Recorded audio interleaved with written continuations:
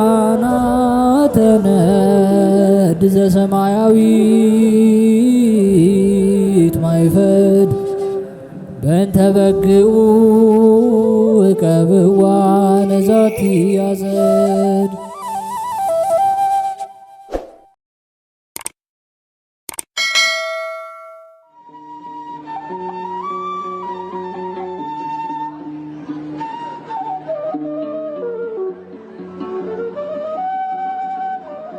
በስመ አብ ወወልድ ወመንፈስ ቅዱስ አህዱ አምላክ አሜን። ሰላም እንደምን ቆያችሁን? ውድ የሊቃናት ሚዲያ ቤተሰቦቻችን አሜን። የእግዚአብሔር ስሙ ከዘላለም እስከ ዘላለም የከበረ የተመሰገነ ይሁን። በዛሬው ቪዲዮ ይዘንላችሁ የቀረብነው የካቲት 2 የሚነበብ ስንክሳር ሲሆን ለዚህ ቁም ነገር አዘል ቻናል አዲስ የሆናችሁ ይህንን ቻናል ሰብስክራይብ በማድረግ ቤተሰብ እንድትሆኑና እንድታበረታቱን ስንል በእግዚአብሔር ስም እንጠይቃለን። ወደ ቪዲዮ እንሂድ። መልካም ጊዜ። የካቲት 2 የሚነበብ ስንክሳር። ዕረፍቱ ለለንጊኖስ አበምኔት። የካቲት 2 በዚች ቀን ከእስክንድሪያ ውጭ የደብረ ዝጋግ ገዳም አበምኔት የከበረ አባት ለንጊኖስ አረፈ። ይህም ቅዱስ ከቂልኪያ አገር ነው። በዚያም መነኮሰ። መምህሩ ክርስቶስን የሚወድ ሰው ከሚሰጠውም ክብር የሚሸሽ ነበር። በዚያም ጊዜ የገዳማቸው አበምኔት አረፈ። ይህንንም ስሙ ሉኪያኖስ የተባለ አረጋዊ መምህሩን አበምኔትነት ሊሾሙት መነኮሳት ወደዱ። እርሱም ደቀ መዝሙሩን ለንጊኖስን ይዞ በጭልታ ከቂልኪያ ወጥቶ ወደ ሶርያ አገር ሄደ። በአንዲት ቤተክርስቲያንም ግቢ በአንድነት ተቀመጡ። በእጆቻቸውም ብዙዎች ድንቆች ተአምራቶቹ ያደርግ ዘንድ እግዚአብሔር ወደደ። ከሰዎችም ዘንድ ከንቱ ውዳሴና ክብር ሆነባቸው። አባ ለንጊኖስም በመምህሩ ምክር ወጥቶ ወደ ግብፅ አገር ሄደ። ወደ ደብረ ዝጋግ ገዳምም በገባ ጊዜ በደስታ ተቀበሉትና ከእሳቸው ጋር አኖረ። ከዚህም በኋላ አበምኔቱ አረፈ። ተጋድሎውን ትሩፋቱንና ደግነቱን ስላወቁ በደብረ ዝጋግ ገዳም ላይ አባ ለንጊኖስን አበምኔት አድርገው ሾሙት። ከጥቂት ቀን በኋላ መምህሩ አባ ሉኪያኖስ መጣ። የመርከቦችን ጣሪያዎች እየሰሩ በእጆቻቸውም ከሚሰሩት እየተመገቡ በአንድ ልብ በመሆን በአንድነት ኖሩ። እግዚአብሔርም በእጆቻቸው ብዙዎች የሆኑ ድንቆች ተአምራቶችን አደረገ። ከዚህም በኋላ አባ ሉኪያኖስ አረፈ። የኬልቄዶንን ጉባኤ በሰበሰበ በከሃዲው መርቅያኖስም ዘመን ወደ ሀገሮችም ሁሉ መልእክቶችን ላከ። ከእርሳቸውም ጋር አንዱን ክርስቶስን ወደ ሁለት ባህሪ የምትከፍል የረከሰች ሃይማኖቱ ደብዳቤ አለች። ከንጉሥ መልእክተኞች ሦስቱ ወደ ደብረ ዝጋግ በደረሱ ጊዜ ያንን ደብዳቤ ለአባ ለንጊኖስ ሰጡት። በዚህ ጽሑፍ እንድታምኑ በውስጡም እንድትፈርሙ ንጉሥ መርቅያኖስ አዟል አሉት። አባ ለንጊኖስም ከቅዱሳኑ አባቶች ጋር ልማከር፣ እኔ ምንም መስራት አልችልም፣ እንድማከርም እናንተም ከእኔ ጋር ኑ አላቸውና የቅዱሳን በድኖች ወዳሉበት ዋሻ ውስጥ አስገባቸውና የከበራችሁ አባቶቼ ሆይ እናንተ አርፈን ተኝተናል አትበሉ። እነሆ አንዱን ክርስቶስ ሁለት ባህሪ የሚያደርግ በውስጡ የተጻፈበትን ይህን ደብዳቤ አምጥተዋልና በቃሉ አምን ዘንድ በውስጡ መፈረም ዘንድ ታዙኛላችሁን ወይስ አታዙኝም? የምሰራውንም ካልነገራችሁኝ ሕያው እግዚአብሔርን አጽሞቻችሁን ከዚህ ቦታ አወጣለሁ አላቸው። ያን ጊዜ ሰዎች ሁሉ እየሰሙ ከአስከሬናቸው የአባቶቻችንን የሐዋርያትንና የ318ቱን የቀናች ሃይማኖትን አትተው፣ ይህንንም የረከሰ ደብዳቤ አትከተል፣ ከአስከሬናችን ቦታ ርቀው እንጂ የሚል ቃል መጣ። የንጉሥ መልእክተኞችም ይህንን ነገር ሰምተው እጅግ አደነቁ። በላያቸውም ታላቅ ፍርሃት አደረባቸው። ወደ ንጉሥም አልተመለሱም። ራሳቸውን ተላጭተው መነኮሱ እንጂ እስከ አረፉበት ድረስ ብዙ ዘመን እየተጋደሉ ኖሩ። የከበረ አባ ለንጊኖስም ያማረ ተጋድሎውን ጨርሶ እግዚአብሔርንም አገልግሎ በሰላም አረፈ። የሕይወት አክሊልንም ተቀበለ። ለእግዚአብሔርም ምስጋና ይሁን፣ እኛንም በጸሎቱ ይማረን፣ በረከቱም ከእኛ ጋር ትኑር ለዘላለሙ አሜን። ዕረፍቱ ለጳውሊ። በዚችም ዕለት የትጉሃን መላእክት ወገን የሆነ የገዳማውያን ሁሉ አለቃ የከበረ ታላቁ ጳውሊ አረፈ። ይህም ቅዱስ ከእስክንድርያ ሀገር ጴጥሮስ የሚባል ወንድም አለው። አባታቸውም የገንዘቡ ብዛት ሊቆጠር የማይቻል እጅግ ባለጸጋ ነበር። ባረፈም ጊዜ የሐዘናቸው ቀን ሲፈጸም ርስቱንና ገንዘቡን ሊካፈሉ ጀመሩ። ጴጥሮስም ታላቁን ክፍል ወደ ራሱ በመውሰድ የሚያንሰውን ለጳውሊ የሚሰጥ ሆነ። ስለዚህም ጳውሊ አዘነና ከአባቴ ርስት በትክክል ለምን አትሰጠኝም አለው። እርሱም አንተ ወጣት ስለሆንክ ታባክነዋለህ፣ እስከምታድግ እኔ እጠብቅልሃለሁ ብሎ መለሰለት። ስለዚህም ጳውሊ ተቆጣና እርስ በራሳቸው ተጣሉ። ይፈርድላቸውም ዘንድ ወደ ዳኛ ሄዱ። እነርሱም ወደ ዳኛ ሲሄዱ ሰዎች ተሸክመውት ወደሚቀብሩበት ሲወስዱት ብዙዎች የተከተሉትን የሞተ ሰውን አገኙ። ጳውሊም ከተከተሉት አንዱን ሰው ዛሬ ሞተው ማን ነው ብሎ ጠየቀው። ያም ሰው እንዲህ ብሎ መለሰለች፣ ልጄ ሆይ እወቅ፣ አስተውል። ይህ የሞተ ሰው በወርቅ በብር እጅግ ባለጸጋ የሆነ ሁልጊዜ ደስ የሚለው ነበር።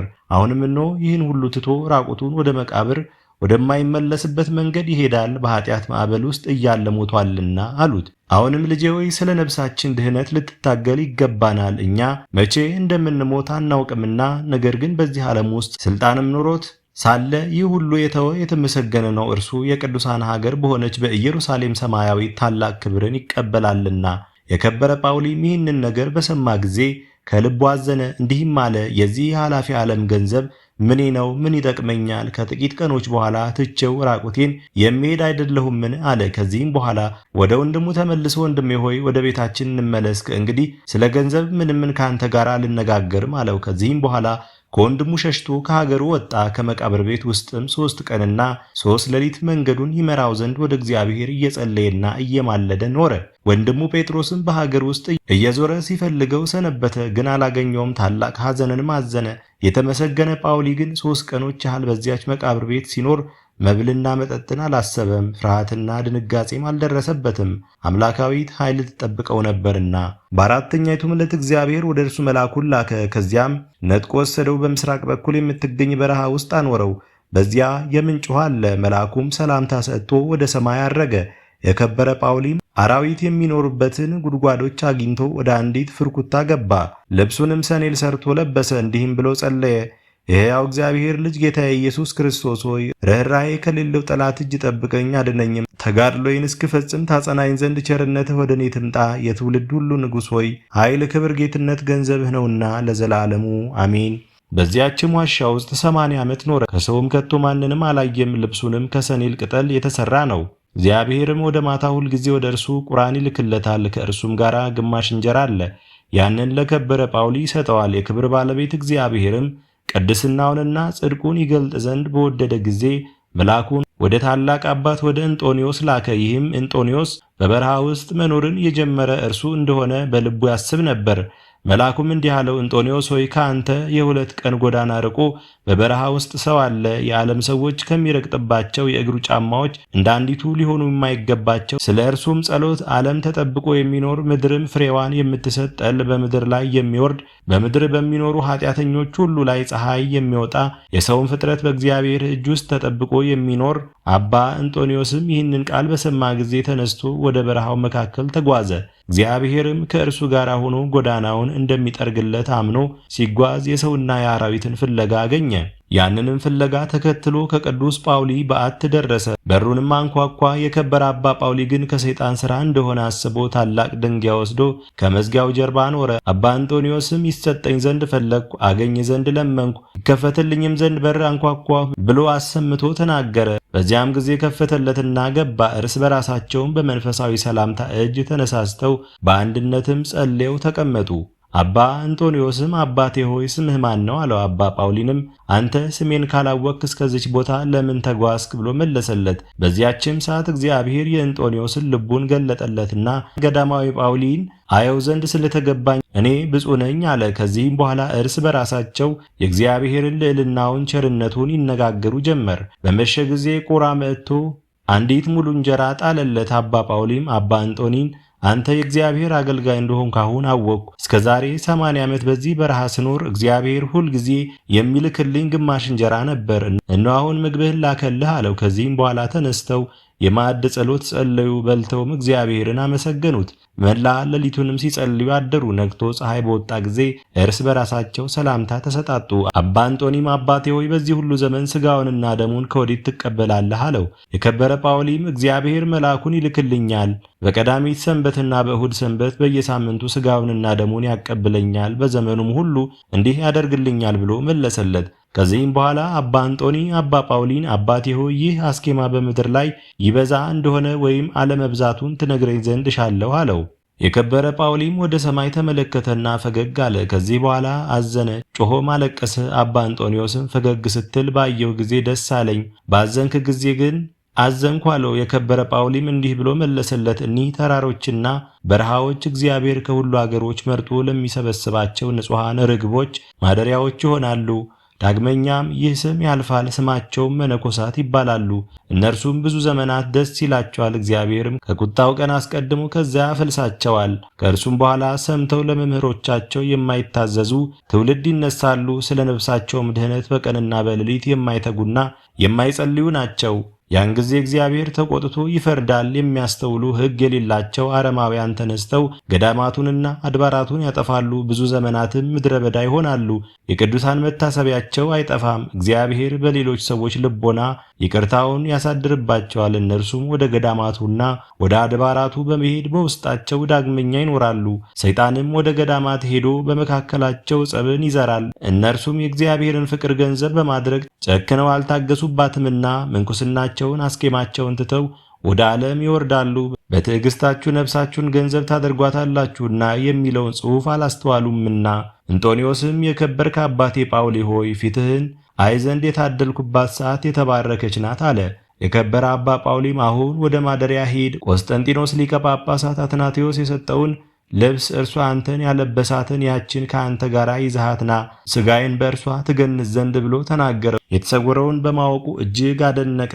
የተነበየለትንም ትንቢት ሁሉ አመነ። ዳግመኛም እንዲህ አለው፣ በሰው ሁሉ ላይ እንደተሰራ ከዓለም የምወጣበት ጊዜ ቀርቧልና ፈጥነ ሂድና ተመለስ። እርሱም ከአባ ጳውሊ ዘንድ ወጥቶ ወደ በዓቱ እስኪደርስ የ2 ቀን ጎዳና ተጓዘ።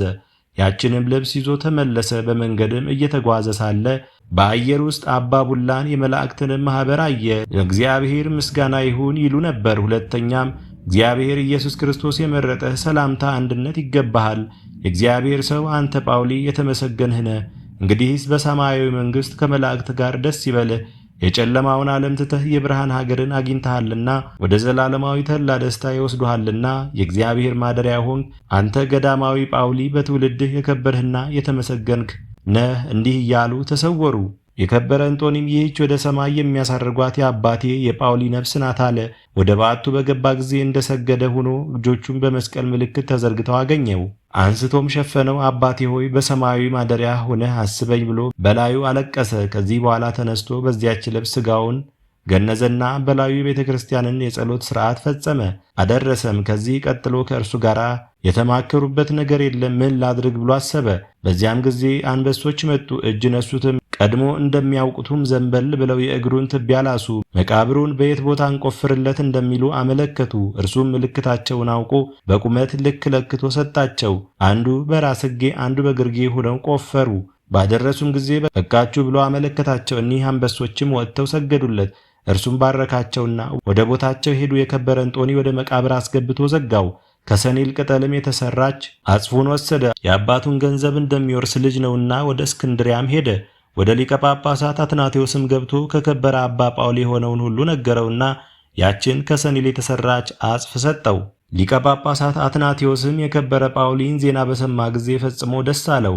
ያችንም አጽፍ ተቀብሎ በእርሱ ዘንድ አኖራት። በየዓመቱም በከበረ በልደት በዓል፣ በጥምቀትም በዓል፣ በመድኃኒታችን ክርስቶስ ትንሣኤ በዓልም 3 ጊዜ ይለብሳት ነበር።